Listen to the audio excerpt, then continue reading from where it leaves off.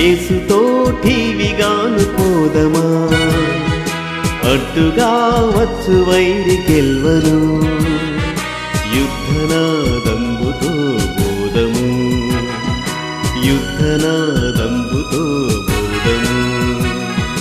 యేసుతోటి విగాను పోదమా, అడ్డుగా వచ్చు వైరి గెల్వను, యుద్ధనాదంబుతో బోధము, యుద్ధనాదంబుతో బోధము.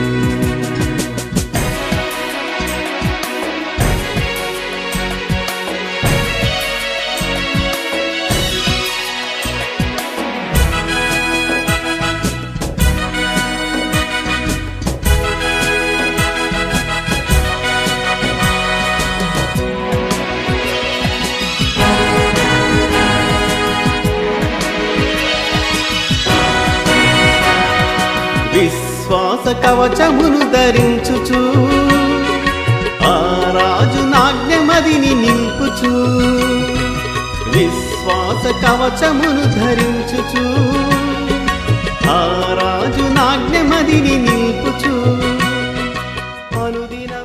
ప్రభునందు ప్రియమైన దేవుని బిడ్డలారా, మన ప్రభువును ప్రియరక్షకుడైన యేసుక్రీస్తు ప్రశస్తమైన నామములో మీకు శుభములు తెలియజేస్తున్నాను. మా యొక్క ఈ టీవీ కార్యక్రమం చూస్తున్న మీ అందరికీ మా ప్రత్యేకమైనటువంటి వందనాలు తెలియజేస్తూ ఉన్నాను. ఈ యొక్క టీవీ కార్యక్రమం యొక్క ముఖ్య ఉద్దేశం ఏంటంటే, ఎక్కడైతే దేవుని యొక్క వాక్యం చేరలేదో అటువంటి స్థలాల్లో దేవుని వాక్యాన్ని చేర్చాలనేటువంటి మా యొక్క ముఖ్యమైన ఉద్దేశంతో ఈ యొక్క జిఎస్ గాస్పుల్ మినిస్ట్రీ పరిచర్యల ద్వారా ఈ కార్యక్రమం ప్రారంభించడం జరిగింది. దేవుడు ఈ కార్యక్రమాన్ని బహుగా దీవించి ఆశీర్వదించాలని మీ యొక్క అనుదిన ప్రార్థనలో ప్రార్థించాలని మనవి చేసుకుంటున్నాం. మనము దేవుని యొక్క వాక్యం నుండి ఒక ప్రత్యేకమైనటువంటి వాక్యము మనం చూస్తున్నాం. అది యోహాను సువార్త 3వ అధ్యాయము 16వ వచనంలో మనం చూస్తాం. దేవుడు లోకమును ఎంతో ప్రేమించెను, కాగా ఆయన తన అద్వితీయ కుమారునిగా పుట్టిన వాని యందు విశ్వాసముంచి ప్రతివాడు నశింపక నిత్యజీవం పొందినట్లు ఆయనను అనుగ్రహించినటువంటి వాక్యం. ఈ యొక్క వాక్యంలో మనం దేవుని యొక్క ప్రేమని మనం చూస్తున్నాం. దేవుడు ఈ లోకములో ఉన్నటువంటి ప్రజలను ఆయన ఎంతగానో ప్రేమించి ఉన్నాడు. ఆయన ప్రేమించి తన ప్రియమైనటువంటి కుమారుడైనటువంటి ఒకే ఒక్క కుమారుడైనటువంటి అద్వితీయ కుమారుడైనటువంటి యేసుక్రీస్తును ఈ లోకంలోనికి పంపించి ఈ లోకంలో ఉన్నటువంటి ప్రజలందరి పాప పరిహారార్థమై ఆయన శిలువలో మరణించి వారందరికీ కూడా పాప విమోచన కలిగించినట్టుగా మనం చూస్తున్నాం. అటువంటి గొప్ప దేవుని ప్రేమను మనం ఈరోజు ధ్యానించుకోబోతున్నాం. ఈ యొక్క దేవుని ప్రేమ ఎంతో గొప్పది. ఈ యొక్క లోకంలో మనం ఎన్నో రకాలైనటువంటి ప్రేమలు మనం చూస్తున్నాం. అయితే ఆ ప్రేమల్లో అన్నీ కూడా స్వార్థంతో కూడినటువంటివి కొన్ని ఉంటాయి, లేదంటే అవసరానికి ఉన్నటువంటి ప్రేమలు కొన్ని ఉంటాయి, లేదంటే కొన్ని ఆ యొక్క పరిస్థితులను బట్టి వాళ్ళు మనుషులు మనల్ని ప్రేమించేవారుగా ఉంటారు. అయితే దేవుని ప్రేమ అటువంటిది కాదు. మా ప్రియమైన సహోదరి సహోదరులారా, దేవుని ప్రేమ ఎటువంటిదంటే దానికి అంతమనేటువంటిది లేదు. దేవుని ప్రేమను ఆ యొక్క కొలవడానికి సరిపోము. ఆకాశమంతటిని ఒక పుస్తకముగా మలచి సముద్రపు నీరంతా కూడా ఒక సిరాగా చేసిన దేవుని ప్రేమను వర్ణించుటకు అసాధ్యమని చెప్పి ఒక భక్తుడు సెలవిచ్చి ఉన్నాడు. అటువంటి గొప్ప దేవుని ప్రేమ మనము ఈరోజు ధ్యానించబోతున్నాం. చూడండి, అందుకనే వాక్యం సెలవిచ్చింది కదా, దేవుడు మనుషులను ప్రేమించి తన ఒకే ఒక్క కుమారుడైనటువంటి యేసుక్రీస్తును ఈ లోకంలోనికి పంపడం జరిగింది. యేసుక్రీస్తు ఆ యొక్క పరలోక సింహాసనంలో ఆ యొక్క తండ్రితో కూర్చోవడం ఆ యొక్క అతని భాగ్యమని ఎంచుకోలేదు, కానీ మనను రక్షించడం కొరకు, మన పాప పరిహారార్థం కొరకు ఈ లోకంలోనికి వచ్చి ఈ లోకంలోని మానవాళి కొరకు ఆయన మరణించినట్టుగా మనం చూస్తున్నాం. సర్వపాప పరిహారార్థే రక్త ప్రోక్షణ మహోత్సవం తద్రక్తం పరమాత్మైన పుణ్యదాన బలియాగమని యోగాలు కూడా ఉపనిషత్తులు కూడా ఘోషిస్తూ ఉన్నాయి. ఇటువంటి గొప్ప దేవుడు మన కొరకు ఈ లోకంలోనికి వచ్చి మన పాపాల కొరకు ఆయన శిలువలో మరణించినట్టుగా మనం చూస్తున్నాం. అటువంటి ప్రేమను మనము ఎట్టి పరిస్థితుల్లో కూడా మర్చిపోలేమండి. చూడండి, ఇక్కడ ఆయన మనల్ని ప్రేమించినప్పుడు దానికి ఎటువంటి ఏ విధమైనటువంటి షరతులు కానీ ఎటువంటివి కూడా ఆయన మనకి పెట్టలేదు. ఎందుకంటే ఆయన మనల్ని ఆ విధంగా అంతము లేని ప్రేమతో, నిత్యమైనటువంటి ప్రేమతో ఆయన మనల్ని ప్రేమిస్తున్నాడు. ఈ లోకంలో తల్లిదండ్రులు మనల్ని ప్రేమించవచ్చు, మన సహోదరులు మనల్ని ప్రేమించవచ్చు. అయితే వారు కొంతకాలం వరకే మనం ప్రేమించగలరు. కొంతకాలం అయిన తర్వాత వారి లోకం విడిచిపెట్టి వెళ్ళిన తర్వాత వాళ్ళ ప్రేమ అక్కడితో ఆగిపోతుంది. అయితే మన దేవుని ప్రేమ ఎటువంటిదంటే మనము నిత్యత్వము వరకు, అందుకనే అంటున్నాడు కదా, నశించిన దానిని వెదకి రక్షించుటకు మనిషి కుమారుడు లోకంలోనికి వచ్చాడు. మనం నశించిపోయినటువంటి స్థితిలో ఉండగానే మనల్ని రక్షించడం కొరకు ఆయన ఈ లోకంలోనికి వచ్చి ఆయన మన పాపాల కొరకు ఆయన శిలువలో మరణించి మనల్ని రక్షించినట్టుగా మనం చూస్తున్నాం. ఇటువంటి దేవుని ప్రేమ మనము ఎరిగిన వారమై, దేవుని ప్రేమ ఎరిగినటువంటి వారికి ఆయన ప్రేమను రుచి చూపించాలని ఉద్దేశంతో ఈ మా కార్యక్రమం ప్రారంభించడం జరిగింది. మేము దేవుని ప్రేమను మనము రుచి చూచాము. రుచి చూడనటువంటి ఎంతోమంది ఈ లోకంలో నశించిపోయేటువంటి వారుగా ఉన్నారు. వారి కొరకు ఆయన ప్రేమను తెలియజేయడం కొరకు మనము ఈ యొక్క దేవుని వాక్యాన్ని ఇతరులకు తెలియజేయవలసిన వారంగా ఉన్నాం. ఈ విధంగా ఆయన ప్రేమను మనం ఇతరులకు తెలియజేసినప్పుడు వారు కూడా దేవుని ప్రేమను రుచి చూచి దేవుని యొక్క ఆశీర్వాదాలు, దేవుని యొక్క మేళ్ళు కూడా వారి జీవితాల్లో పొందుకునేవారుగా ఉంటారని ఈ యొక్క కార్యక్రమం ద్వారా మీకు తెలియజేస్తూ ఉన్నాం. ఈ విధంగా ప్రభు అంటున్నారు కదా, యోహాను సువార్త 14:15 మీరు నా నామమును బట్టి మీరు నన్ను ఏమి అడిగినా నేను దాన్ని మీకు చేస్తాను అంటున్నారు. చూడండి, ఆయన ప్రేమ ఎటువంటిదో మనం చూద్దాం. ఆయన మనం ఏది అడిగినా, మనకి ఏదైతే అవసరం ఉందో అవన్నీ కూడా మనకు అనుగ్రహించేటువంటి దేవుడు. మనం ఆయన అడగాలి అంతే. ఆయన అడిగినప్పుడు తప్పకుండా ఆయన మన జీవితాల్లో ఆ కార్యాన్ని చేస్తానని ఆయన వాగ్దానం చేశారు. చూడండి, ఈ విధంగా మనం ఆయన అడగడం ద్వారా మీరు నన్ను అడగక మీరు పొందలేకపోతున్నారు అని బైబిల్ గ్రంథం సెలవిస్తూ ఉంది. ఇప్పుడు మనము మన యొక్క లోక సంబంధమైనటువంటి తండ్రి కుమారుని బంధం మనం చూసినప్పుడు, ఏదైనా కుమారుడు ఏదైనా అవసరం వచ్చినప్పుడు తండ్రి దగ్గరికి వెళ్ళి అడుగుతాడు. తండ్రి ఏం చేస్తాడండి? తండ్రి వెంటనే వానికి ఏమైతే అవసరం ఉందో అది నిజంగా అవసరమైతే ఆ తండ్రి అతనికి ఇచ్చేవాడుగా ఉంటాడు. అయితే అలాగే మన పరలోకపు తండ్రి కూడా మనం ఏదైతే అడుగుతామో వాటన్నిటిని కూడా ఆయన మనకి ఇస్తానని వాగ్దానం చేస్తున్నాడు. అందుకనే చూస్తున్నాం కదా, యోహాను సువార్త 14 నా నామమును బట్టి మీరు ఏది అడిగినా నేను మీకు అది అనుగ్రహిస్తానని వాగ్దానం చేస్తున్నాడు మన పరలోకపు తండ్రి. చూడండి, అందుకనే యెషయా భక్తుడు అంటాడు కదా, ఆయన ఎవరండి? నిత్యమైనటువంటి తండ్రి, ఆశ్చర్యకరుడు, ఆలోచనకర్త, బలవంతుడైన దేవుడు, నిత్యుడగు తండ్రి. మన యొక్క తండ్రి ఎక్కడున్నారండి? పరలోకంలో ఉన్నారు. ఆయన నిత్యమైనటువంటి తండ్రి. ఈ లోక సంబంధమైన తండ్రి కొంతకాలము మనల్ని ప్రేమిస్తారు, కొంతకాలం తర్వాత వారు మనల్ని ప్రేమించకపోవచ్చు. అయితే ఆయన నిత్యమైనటువంటి తండ్రిగా మనకున్నారు. ఈ యొక్క శాశ్వత కాలము ఆయన ప్రేమించేటువంటి తండ్రిగా మనకు ఉన్నారు. కాబట్టి మనము చేసేటువంటి ప్రార్థనలన్నీ కూడా ఆయన ఉంటున్నారు, వాటిని మనకు అనుగ్రహిస్తారు అని ఆయనే స్వయంగా మనకి తెలియజేసినట్టుగా మనం చూస్తున్నాం. చూడండి, అదేవిధంగా ఇర్మియా భక్తుడు ఇర్మియా గ్రంథం 33:3 నాకు మొర్రపెట్టుము నీకు ఉత్తరం ఇచ్చేదను, నీవు గ్రహింపలేని గూఢమైన సంగతులను గొప్ప సంగతులను నీకు తెలియజేసేదను అని ఆయన చెప్తున్నారు. చూడండి, మనము ఆయనకి మొర్ర పెట్టాలి, ఆయనకు ప్రార్థన చేయాలి.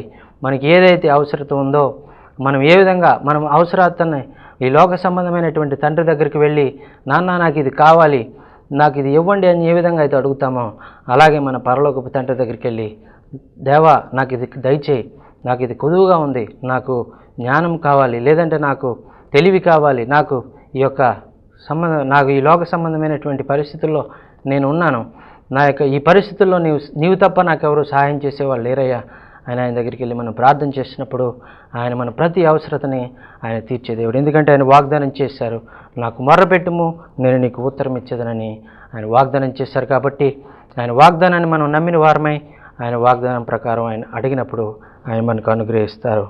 అదేవిధంగా మనకి ఏదైనా అవసరతలు మనం కలిగి ఉన్న వాటన్నిటిని కూడా ఆయన అనుగ్రహిస్తారు. లోక సంబంధమైన ఏదైనప్పటికీ కూడా ఆయన మనకి దయచేస్తారు. మరలా ఇంకేంటండి, నీవు గ్రహింపలేని గూఢమైన సంగతులను నేను నీకు తెలియజేస్తాను అని అంటున్నారు. మనకి ఎన్నో విషయాలు మనకు తెలియదండి, మనకి ఎన్నో విషయాలు బైబిల్ గ్రంథంలో విషయాలు మనకు అర్థం కావు, అటువంటి విషయాలని నీకు తెలియజేస్తాను అంటున్నాడు. మనం ఏ విధంగా ప్రార్థన చేయాలో మనకు తెలియదు, ఏ విధంగా తండ్రిని అడగాలో మనకు తెలియదు, ఏ విధంగా మనం వాక్యాన్ని ధ్యానించాలో మనకు తెలియదు. వాటన్నిటిని కూడా ఎవరండి మనకు తెలియజేసేది? ఆయన అడిగితే ఆయన మనకి గ్రహించలేని ఎన్నో గూఢమైనటువంటి సంగతులు ఆయన మనకు తెలియజేస్తానని చెప్తున్నారు. చూడండి, అదేవిధంగా యేసు ప్రభు వారే స్వయంగా చెప్పారు. యోహాను సువార్త 15:5 మనం చూసినట్లయితే, ద్రాక్షవల్లిని నేను, తీగలు మీరు, ఎవరు నా యందు నిలిచి ఉండునో, నేను ఎవని యందు నిలిచి ఉందునో వాడు బహుగా ఫలించును, నాకు వేరుగా ఉండి మీరు ఏం చేయలేరు అంటున్నాడు. చూడండి, ఆయన ఎలా ఉన్నారని మనకి ద్రాక్షవల్లి అంటున్నారు. ద్రాక్షవల్లిగా ఆయనలో అంటుకట్టబడినటువంటి తీగలుగా ఉన్నటువంటి మనము ఈ లోకంలో ఆయనతో అంటుకట్టబడినటువంటి జీవితం మనం కలిగినట్టే మనం ఫలించబడతాం. మన జీవితాలు ఆశీర్వాదకరంగా ఉంటాయి.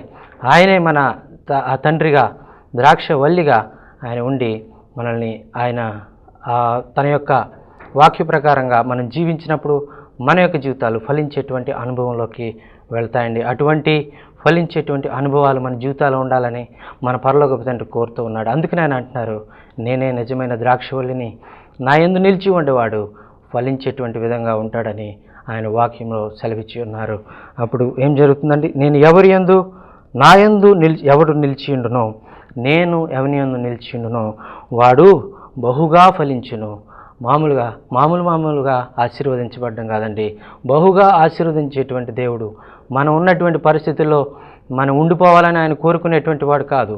మనము ఇంకనూ బహుగా హెచ్చించబడాలని, బహుగా ఆశీర్వదించబడాలని ఆయన కోరుకునేటువంటి దేవుడు. ఎందుకంటే ఆయన పరలోకపు తండ్రి, ఆయన మన యొక్క రారాజు, మనకు ఆలోచన ఇచ్చేటువంటి దేవుడు, మన పక్షంగా ఉండి మనకు అన్ని మేళ్ళు చేసేటువంటి దేవుడు. అటువంటి గొప్ప దేవుని మనం కలిగి ఉన్నాం కాబట్టి ఆయన మనల్ని ఎంతగానో ప్రేమించి ఉన్నాడు.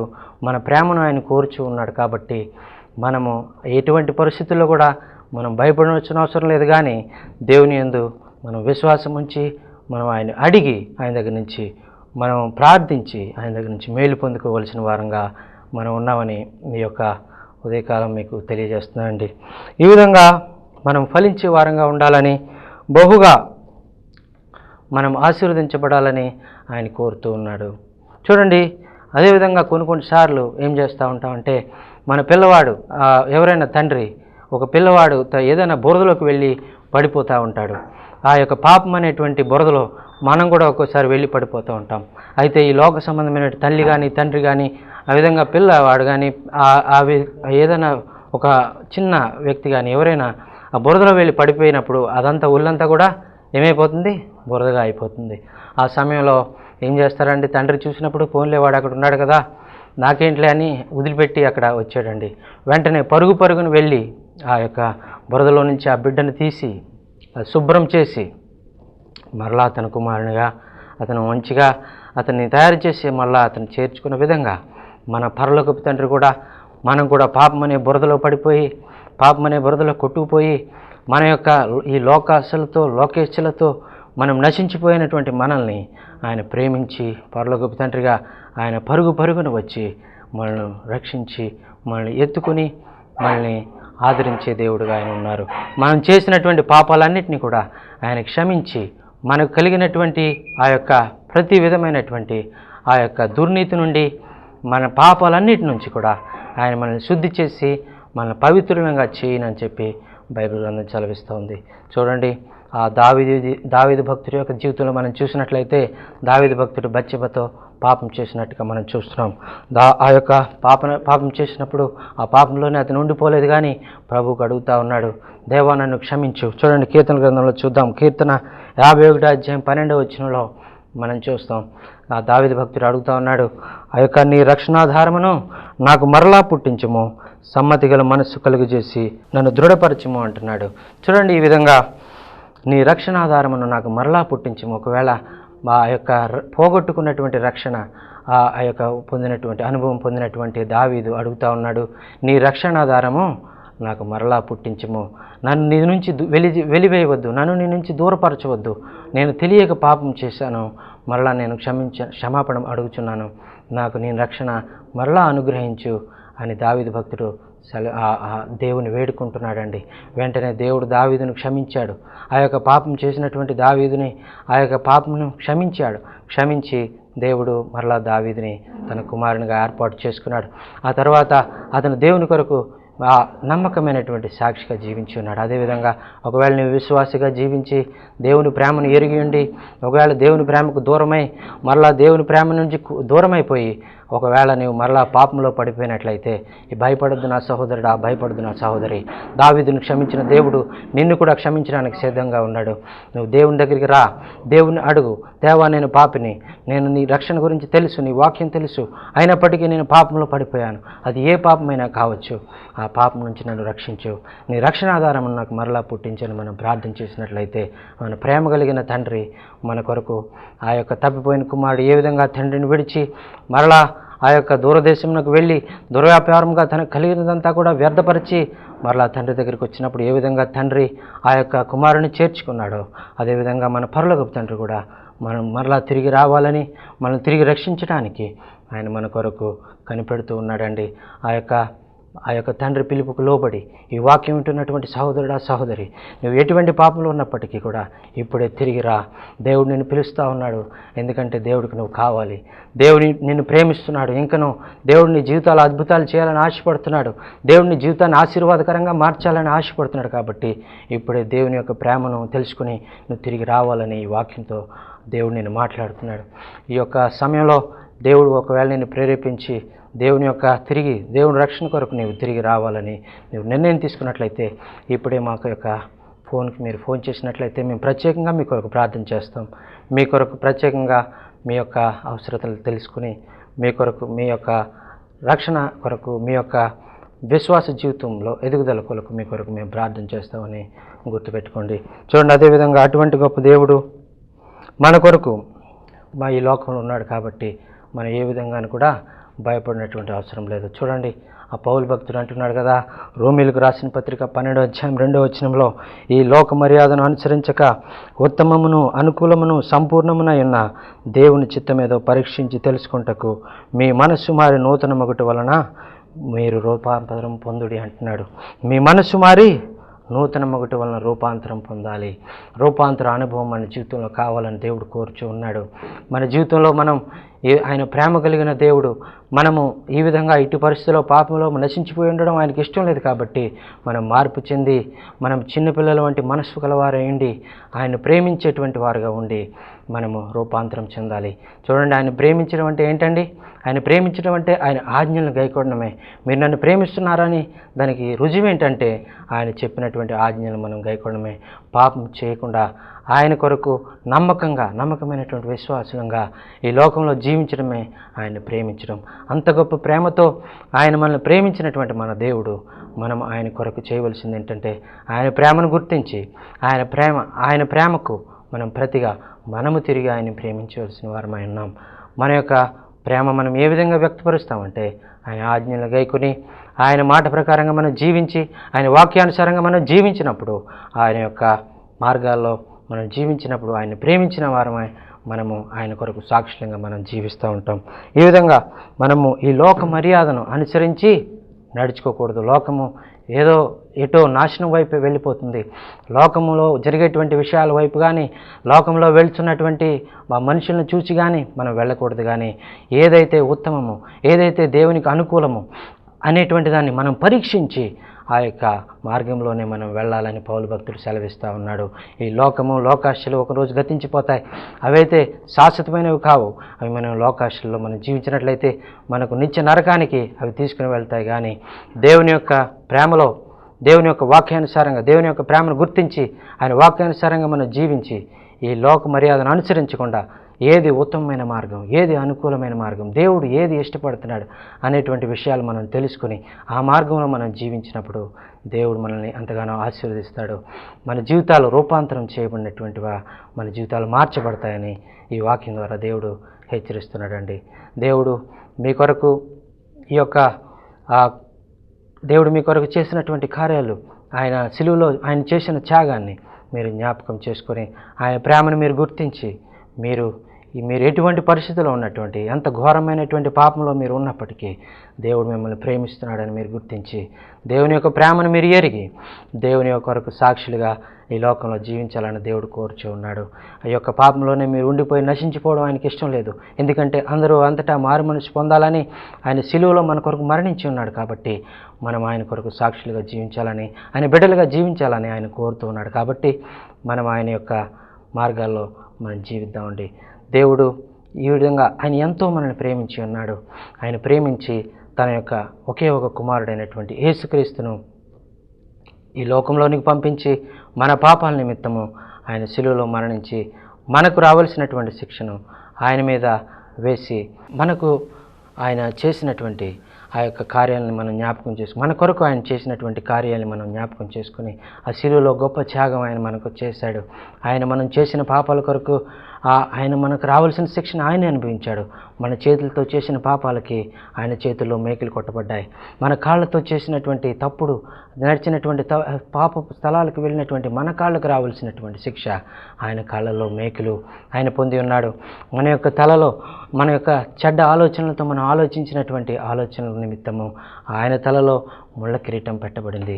మన యొక్క హృదయంలో మనము ఆలోచించిన మన ఘోరమైనటువంటి హృదయంతో మనం చేసినటువంటి పాపపు కార్యాల కొరకు ఆయన హృదయంలో బల్లెపు పోటు ఆయన పొంది ఉన్నాడు. అదేవిధంగా ఆయన వీపంతా చిట్లి వేయబడింది. ఈ విధంగా ఇంతగా మనల్ని ప్రేమించాడు. అసలు ఆ యొక్క శిక్ష మనం పొందవలసింది. అయితే మన నిమిత్తము మన యొక్క స్థలంలో ఆయన మన కొరకు ఆ శిక్షను అనుభవించి ఉన్నాడు. కాబట్టి మనం ఆయన ప్రేమ ఇంతగా ప్రేమించిన మన దేవుని కొరకు మనం జీవించడానికి మనం నిర్ణయం తీసుకుందాం. ఆయన ఏమీ అడగట్లేదు. మీరు నా మార్గంలో జీవించండి, మిమ్మల్ని నేను ఆశీర్వదిస్తాను, మీకు తండ్రిగా నేను ఉంటాను, మీకు సమస్తాన్ని కూడా మీకు దయచేస్తాను, మీరు నా నామమున ఏది అడిగినా కూడా మీకు చేస్తాను. అది ఏదైనప్పటికీ కూడా ఆయన మాకు ఇచ్చే దేవుడు. ఈ లోకంలో మనం వెంపార్లాడక్కర్లేదు. ఈ లోక మర్యాద చొప్పున మనం నడవవసరం లేదు. ఈ లోకంలో ఉన్నటువంటి వాటిలో మనం వెళ్ళిపోనవసరం లేదు. అయితే దేవుడు మన కొరకు చేసినటువంటి ఆ త్యాగాన్ని మనం గుర్తు చేసుకొని మన యొక్క జీవితాల్లో మనము ముందుకు సాగిపోవాలని దేవుడు కోరుతూ ఉన్నాడు. విశ్వాసంలో ముందుకు సాగిపోవాలి. విశ్వాసంలో మనము ఆయన యొక్క బిడ్డలంగా ఈ లోకంలో ముందుకు సాగిపోవాలి. ఎటువంటి శ్రమలు వచ్చినా, ఎటువంటి బాధలు వచ్చినా దేవుని కొరకు నమ్మకంగా మనం జీవించినప్పుడు, మీరు నమ్మకంగా జీవించినప్పుడు మీ కొరకు జీవ కిరీటాన్ని నేను ఇస్తానని ఆయన వాగ్దానం చేశాడు. ఈ లోకంలో ఆయన బిడ్డలుగా ఉన్నప్పుడు ఈ యొక్క ఏదైనా మనకి ఏది కూడా లోటు రాకుండా ఆయన చూసేటువంటి దేవుడు, మన యొక్క బాధలన్నింటినీ కూడా తీర్చేటువంటి దేవుడు, మన యొక్క సమస్యలన్నీ కూడా తీర్చేటువంటి దేవుడు. అటువంటి గొప్ప దేవుడు ఆయన మనకి ఉన్నాడు. కాబట్టి మనము ఎటువంటి విధానంలో కూడా భయపడనటువంటి అవసరం లేదు. ఎందుకంటే భయపడకుడి, నేను మీకు తోడై ఉన్నాను, దిగులు పడకండి, నేను మీకు సహాయం చేస్తాను అని వాగ్దానం చేసినటువంటి దేవుడు మన పక్షంగా ఉన్నాడు. కాబట్టి మనల్ని ఆశీర్వదించడానికి ఆయన ఎల్లవేళలా ఆయన కనిపెడుతూ ఉన్నాడు. కాబట్టి అటువంటి గొప్ప తండ్రి ప్రేమను మనం గుర్తించి మనము ఆ యొక్క తండ్రి ప్రేమ కొరకు దేవుని యొక్క ప్రేమలో ముందుకు సాగిపోవడానికి, ఆయన ప్రేమను గుర్తించి ఆయన ప్రేమ కొరకు సాక్షులంగా ఇతరులకు తెలియజేసే వారంగా మనం ఉండాలని, ఆయన మనకి చేసినటువంటి ఆశీర్వాదాలని మనము ఇతరులకు కూడా తెలియజేసి వారి యొక్క జీవితాల్లో కూడా దేవుని ఆశీర్వాదాలు కలిగేటువంటి విధంగా మనం జీవించాలని ఆయన కోరుతూ ఉన్నాడు. అదేవిధంగా మనం ఆయన ప్రేమను మనం అనుభూతి పొందాం.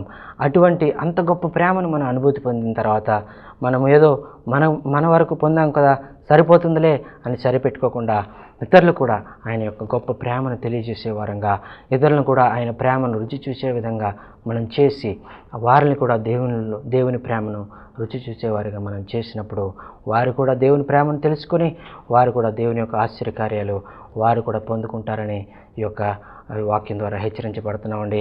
అందుకనే మీరు ఎవరైనప్పటికీ కూడా ఈ యొక్క వాక్యం విన్నటువంటి మీరు ఏ పరిస్థితుల్లో ఉన్నా కూడా ఇప్పుడే ప్రభు దగ్గరికి రండి. ప్రభు మిమ్మల్ని పిలుస్తున్నాడు. బిడ్డ నువ్వు నా దగ్గరికి రా, నిన్ను రక్షించడానికి నేను ఎంతో కాలంగా నేను ఎదురు చూస్తూ ఉన్నాను.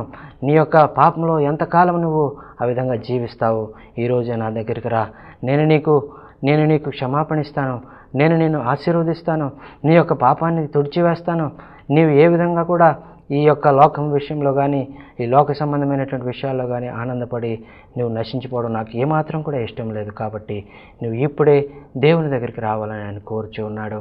ఈ యొక్క ఆయన పరిశుద్ధాత్మ ద్వారా నీతో మాట్లాడుతున్నాడు. నీతోనే సూటిగా ఈ యొక్క దేవుని మాటలు మాట్లాడుతున్నాడు. కాబట్టి నీవు ఇప్పుడే ఎక్కడ ఉన్నప్పటికీ కూడా దేవుని దగ్గరికి వచ్చి దేవుని యొక్క రక్షణ పొందుకోవాలని, నువ్వు ఒకవేళ రక్షణ నుంచి దూరంగా వెళ్ళిపోయినప్పటికీ కూడా మరలా దేవుని దగ్గరికి తిరిగిరా. దేవుడు మరలా నీకు రక్షణ ఇచ్చేటువంటి దేవుడుగా ఉన్నాడు. కాబట్టి మీరు దేవుని దగ్గరికి తిరిగి రావాలని ఆయన కోరుచూ ఉన్నాడు. చూడండి అందుకనే దావీదు భక్తుడు అంటాడు కదా, నేను ఈ లోకంలో నాకు ఎవరు కూడా లేరు, అయినప్పటికీ కూడా దేవుడు నా పక్షంగా ఉన్నాడు. దేవుని యొక్క ప్రేమను నేను నింపబడి చెప్పి దావీదు భక్తుడు సెలవిస్తూ ఉన్నాడు. ఆయన ప్రేమ స్వరూపండి. ఆయనకి ప్రేమకి అంతం లేదు. ఆయన ప్రేమ అవధులు లేనటువంటి ప్రేమ ఆయన కలిగి ఉన్నాడు. ఆయన ప్రేమను మనం గుర్తించిన వారమై ఆయన ప్రేమకు మన యొక్క జీవితాలు మనం సమర్పించుకొని ఆయన ఇచ్చేటువంటి నిత్య జీవాన్ని మనందరం కూడా పొందుకోవాలని ఆయన కోరిక అయింది. కాబట్టి ఆయన యొక్క ప్రేమను మనము రుచి చూచి ఆయన ప్రేమలో వేరుపారి మనము ఆయన ప్రేమను మరి ఎక్కువగా పొందుకోవాలని ఆయన కోరిక ఉన్నది. ఆయన ప్రేమ శాశ్వతమైందండి. ఆయన ప్రేమ అవధులు లేనిది. ఆయన మన కొరకు ఆయన చేసి చూపించినటువంటి ప్రేమ దానికి అంతమే లేదు. దాన్ని చెప్పడానికి మాటలు కూడా చాలవని చెప్పి భక్తుడు సెలవిస్తూ ఉన్నాడు. అటువంటి గొప్ప దేవుని ప్రేమ, అటువంటి గొప్ప ప్రేమ స్వరూపైన దేవుడు మనకు కలిగి ఉన్నాడు. కాబట్టి దేవుని ప్రేమను మనము పొందుకుని ఆ యొక్క ఒకవేళ మనం కోల్పోయినట్లయితే తిరిగి ఆయన ప్రేమ కొరకు మనం అడుగుదాం. దేవుని యొక్క ఆ మార్గాల్లో మనం జీవిస్తూ ఇతరులకు కూడా దేవుని గురించి తెలియజేసి వారిని కూడా దేవునిలోనికి మనం నడిపించి వారిని కూడా నిత్యరాజ్య వారసులగుటకు మనం అందరం కూడా కృషి చేసి దేవుని యొక్క రాజ్య స్థాపనకై మనం అందరం కూడా ఆ యొక్క కార్యక్రమంలో ఉన్నటువంటి వారందరూ, ఈ కార్యక్రమాన్ని వీక్షిస్తున్నటువంటి వారందరూ కూడా మీరు దేవుని యొక్క కార్యక్రమాల్లో మీరు దేవుని కొరకు పనిచేసేవారుగా, దేవుని కొరకు ఆత్మను సంపాదించేవారుగా మీరందరూ కూడా దేవుని యొక్క ప్రేమను అనుభవించి ఇతరులు కూడా అనుభవించే విధంగా వారిని మీరు దేవుని వాక్యంలో మీరు నడిపించాలని మీరు హెచ్చరించబడుతున్నారండి. దేవుడి మాటలు మనందరి కొరకు దీవించునుగాక. ఆమేన్. ప్రార్థన చేసుకుందామండి.